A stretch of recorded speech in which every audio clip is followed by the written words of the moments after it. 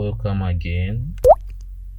So today tutorial riri pamusoro pekuti tinogadzira sei party flyer, even chero flyer rawangofunga kuti wagadzira tinogadzira sei. So first background rako unoisa color gradient, then select a circle to gradient yecircle hiyo, then woisa macolors ako. So apa toda white negray, so tesa white pakati, white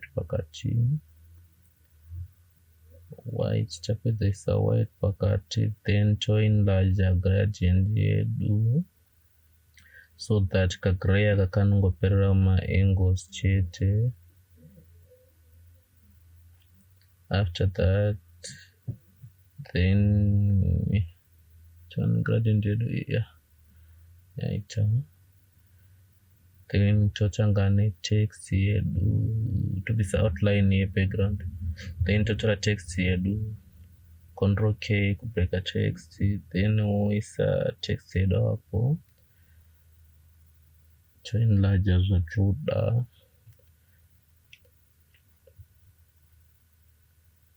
After toenlarge then toita repeat step, I think vamweni munopaziva, then tongorepeata step.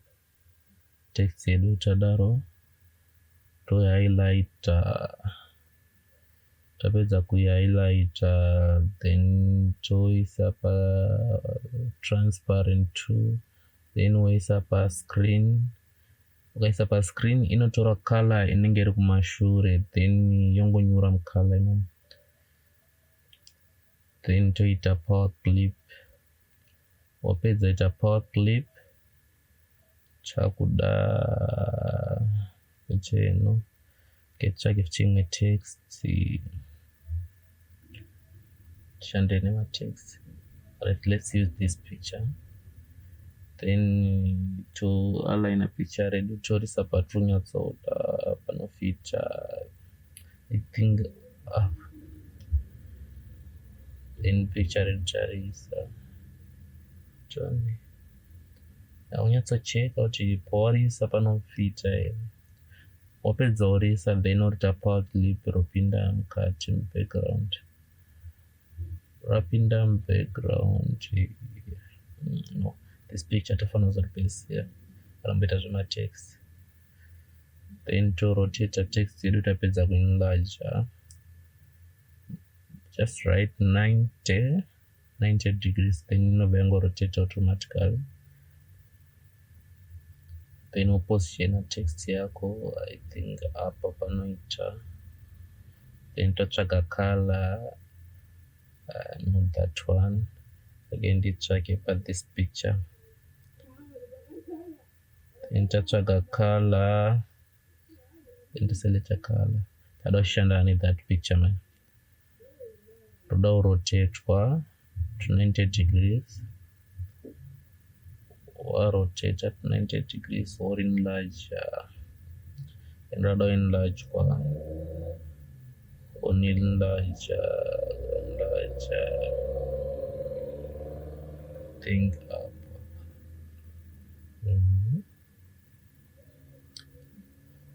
Then wapedza kuenlarge rinoitwa futi power clip, torita power clip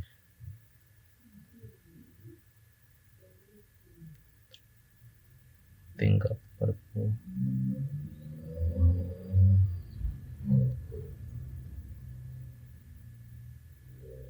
After that riketsvake text imwe kuisa Friday, then rotate 90 degrees.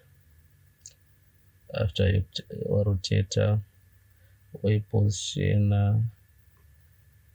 then pakuiposition watsvaga font woenlarge, wapedza kuenlarge then rotate picture, then wapedza shande futi neimwe text,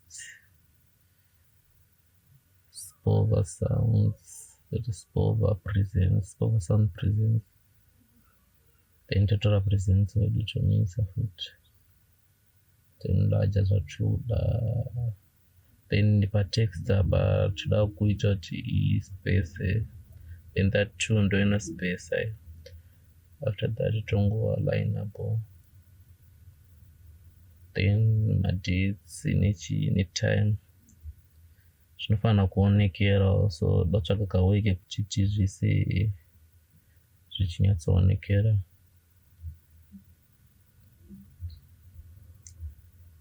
I think ellipse 2 inoshanda, tichitry kuishandisa ellipse 2,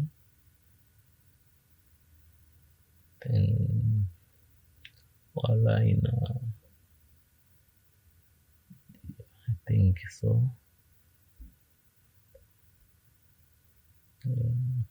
Then toenda paellipse 2, wopressa control, then wodraga kuti risachinje shape, ringobude zvakanaka. After that opposition dorirotate bichana, zvicheka kurotate bichana zvibuditsewo padesign. Yeah, I think so. Then toda kukatsa ellipse kuti riite half, then woenda pa2 inoclicka and you see kuti ratopa, then torotate bichana kuti zvinyatsomeka sense. Yeah, I think so. Tatopedza.